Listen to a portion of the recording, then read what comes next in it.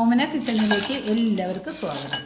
ഇന്ന് ഞാനിവിടെ ഉണ്ടാക്കാൻ പോകുന്നത് കോഴിക്കോടിൻ്റെ സ്പെഷ്യൽ കറുമുറ 6 നമ്പർ അല്ലെങ്കിൽ ഡയമണ്ട് കട്ടാണ്. എന്നാൽ നമുക്ക് ഇത് ഉണ്ടാക്കാൻ തുടങ്ങാം. ഇതിന് 3 കപ്പ് മൈദ, അത് ഏകദേശം ഒരു 250 മൈദയുണ്ട്. 1 സ്പൂണ് കറുത്ത എള്ള്, 1 സ്പൂണ് ജീരകം, പിഞ്ചുപ്പ്, നല്ലപോലെ ഒന്ന് മിക്സ് ചെയ്യാം. മിക്സ് ചെയ്തതിന് ശേഷം ഒരു 4 സ്പൂണ് എണ്ണ, റിഫൈൻഡ് ഓയിൽ ഇതിലൊഴിക്കുക. നല്ലപോലെ മിക്സ് ചെയ്യാം.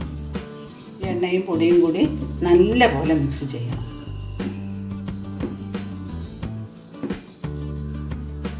റിഫൈൻഡ് ഓയിലും മൈദയും കൂടി നല്ലപോലെ മിക്സ് ആയിട്ടുണ്ട്. ഒരു ചെറിയൊരു നനവ് പോലെ വന്നിട്ടുണ്ട്. ഇപ്പോൾ കണ്ടില്ലേ, അങ്ങനെ ഇതാക്കുമ്പോൾ നല്ലപോലെ അതിൽ മിക്സ് ആയിട്ടുണ്ടായിരുന്നു. ഇനി നമുക്ക് ആവശ്യത്തിനുള്ള വെള്ളം ഒഴിച്ച് ഇത് നല്ലപോലെ കുഴച്ചെടുക്കും. ഒരുപാട് ചപ്പാത്തിക്ക് കുഴക്കുന്ന പോലെ ലൂസായിട്ട് കുഴക്കേണ്ട, എന്നാലും കുറച്ചൊരു ടൈറ്റ് വേണം താനും. ഞാൻ ഒരു ഗ്ലാസ്സിന് 1/2 ഗ്ലാസ്സാണ് വെള്ളം എടുത്തിരിക്കുന്നത്. ഇത് മുഴുവനും വേണ്ടി വരില്ല, എന്നാലും നമുക്ക് കുഴച്ച് നോക്കാം എത്ര ആവശ്യമുണ്ടെന്ന്.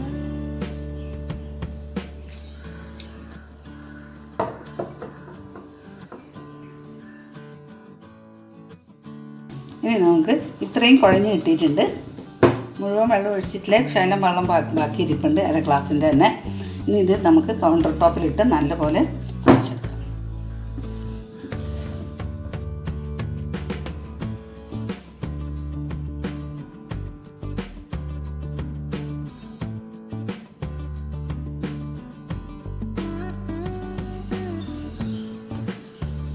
നമ്മുടെ ആട്ട നല്ലപോലെ കുഴഞ്ഞു വെച്ചിട്ടുണ്ട്. ഇനി നമുക്കിത് നല്ലപോലെ പരത്തിയെടുക്കാം. ഇത് ഷേപ്പിലാണ് വേണ്ടത്. ഇത് ഇനി നമുക്ക് 3 ഭാഗമായിട്ട് മാറ്റിയെടുക്കാം. കൗണ്ടർ ടോപ്പിൽ കുറച്ച് പൊടി ഇട്ടിട്ട് വേണം നമുക്ക് പരത്താൻ.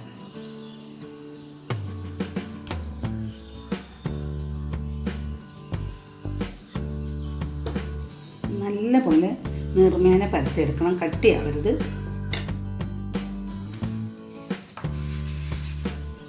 വേണമെങ്കിൽ നിങ്ങൾക്കൊരല്പം കൂടി പൊടി ഇട്ട് കൊടുക്കാം.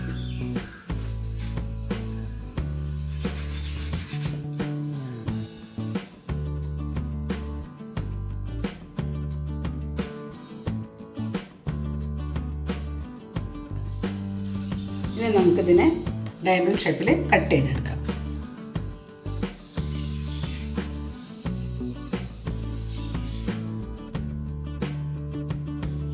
ഞാനിവിടെ കട്ട് ചെയ്തിട്ടുണ്ട്. ഇനി നമുക്കിതിനെ പ്ലേറ്റിലേക്ക് മാറ്റാം.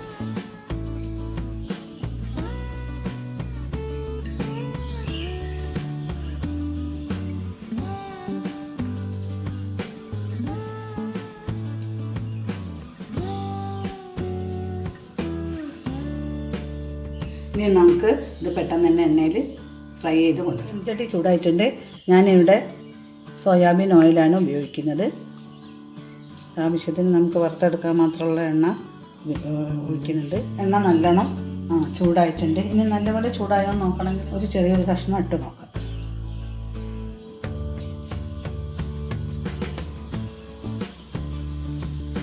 എണ്ണ ചൂടായിട്ടുണ്ട്, പൊങ്ങി വരുന്നുണ്ട്. ഇനി നമുക്ക് ഓരോന്നായിട്ട് ഇതിലേക്ക് ഇട്ട് കൊടുക്കാം.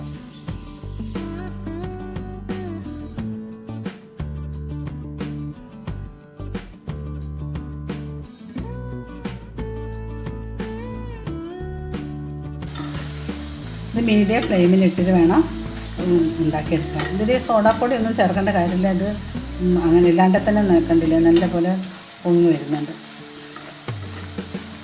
ഇത് നിങ്ങൾക്ക് ഇനി ഇത് മധുരം ഇട്ട് ഉണ്ടാക്കണ്ടെങ്കിൽ ഒരു ഉപ്പ് ശകലം കൂടുതലിട്ടാൽ അത് നല്ലൊരു നംകീൻ പോലെ ആയിരിക്കും. അതല്ല മുളക് പൊടി ഇടുവാണെങ്കിൽ നല്ല എരിവുള്ള 6 നമ്പറായി കിട്ടും.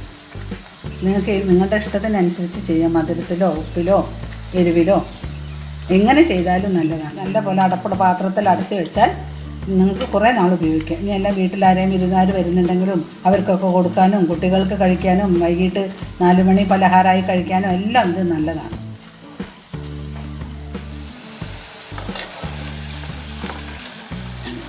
ഈ ഒരു ചെറുതായൊരു ബ്രൗൺ കളറായി വരുമ്പോൾ നമുക്ക് ഇത് കോരിയെടുക്കാം.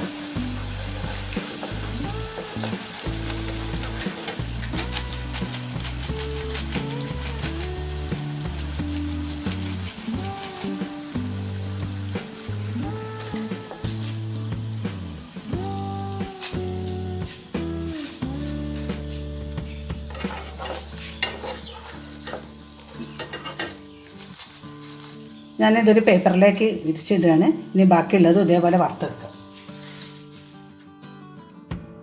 നിങ്ങളത് മീഡിയം ഫ്ലെയിമിൽ തന്നെ വെച്ചുണ്ടാക്കണത്.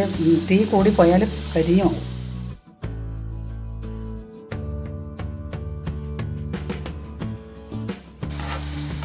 ഇതൊരു ലൈറ്റ് ബ്രൗൺ ആയിട്ടുണ്ട്. ഇത് നമുക്ക് ഇതേപോലെ കോരിയെടുക്കാം.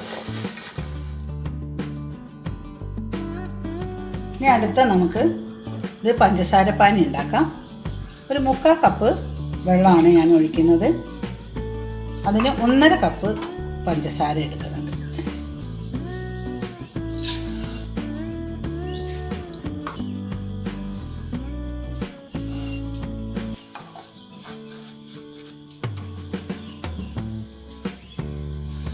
ഇത് പഞ്ചസാര പാനി നല്ലപോലെ തിളച്ച് വരുന്നുണ്ട്. ഇതൊന്ന് ഇളക്കി കൊടുക്കാം. പിന്നെ ഇതിനൊപ്പം തന്നെ നമുക്കൊരു ടേസ്റ്റിന് വേണ്ടി, അത് ഓപ്ഷനിലാണ്, ഒരല്പം ഏലക്കാപ്പൊടിയും കൂടെ ചേർത്ത് കൊടുക്കാം. ഏലക്കാപ്പൊടി ഇല്ലെങ്കിൽ കുഴപ്പമൊന്നുമില്ല. പഞ്ചസാരപ്പാനി ഒന്ന് കട്ടിയാവുന്നത് വരെ നമുക്ക് തിളപ്പിച്ചെടുക്കണം. ഇതൊരു നൂൽ പരുവത്തിലായി വരണം. ഇതിപ്പോൾ പഞ്ചസാര നല്ലപോലെ അലിഞ്ഞിട്ടില്ല. ഇത് കുറച്ച് നല്ലപോലെ അരിയട്ടെ.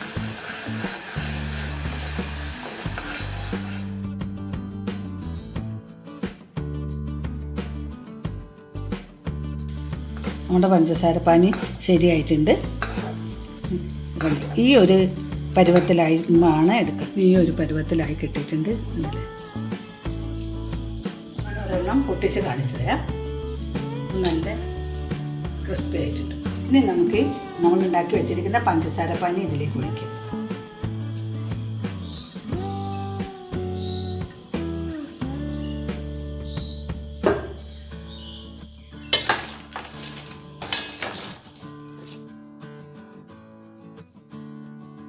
എല്ലാ സ്ഥലത്തും പഞ്ചസാര പാനി അതുപോലെ ഇളക്കി നല്ലപോലെ യോജിപ്പിക്കണം.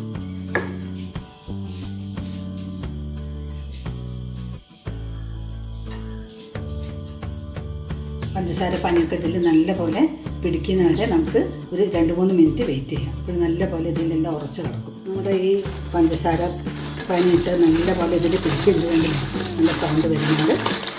ഈ ചാനൽ നിങ്ങൾ ആദ്യമായിട്ടാണ് കാണുന്നതെങ്കിൽ സബ്സ്ക്രൈബ് ചെയ്യണം. ഈ വീഡിയോ നിങ്ങൾക്ക് ഇഷ്ടപ്പെട്ടാൽ ലൈക്ക് ചെയ്യണം.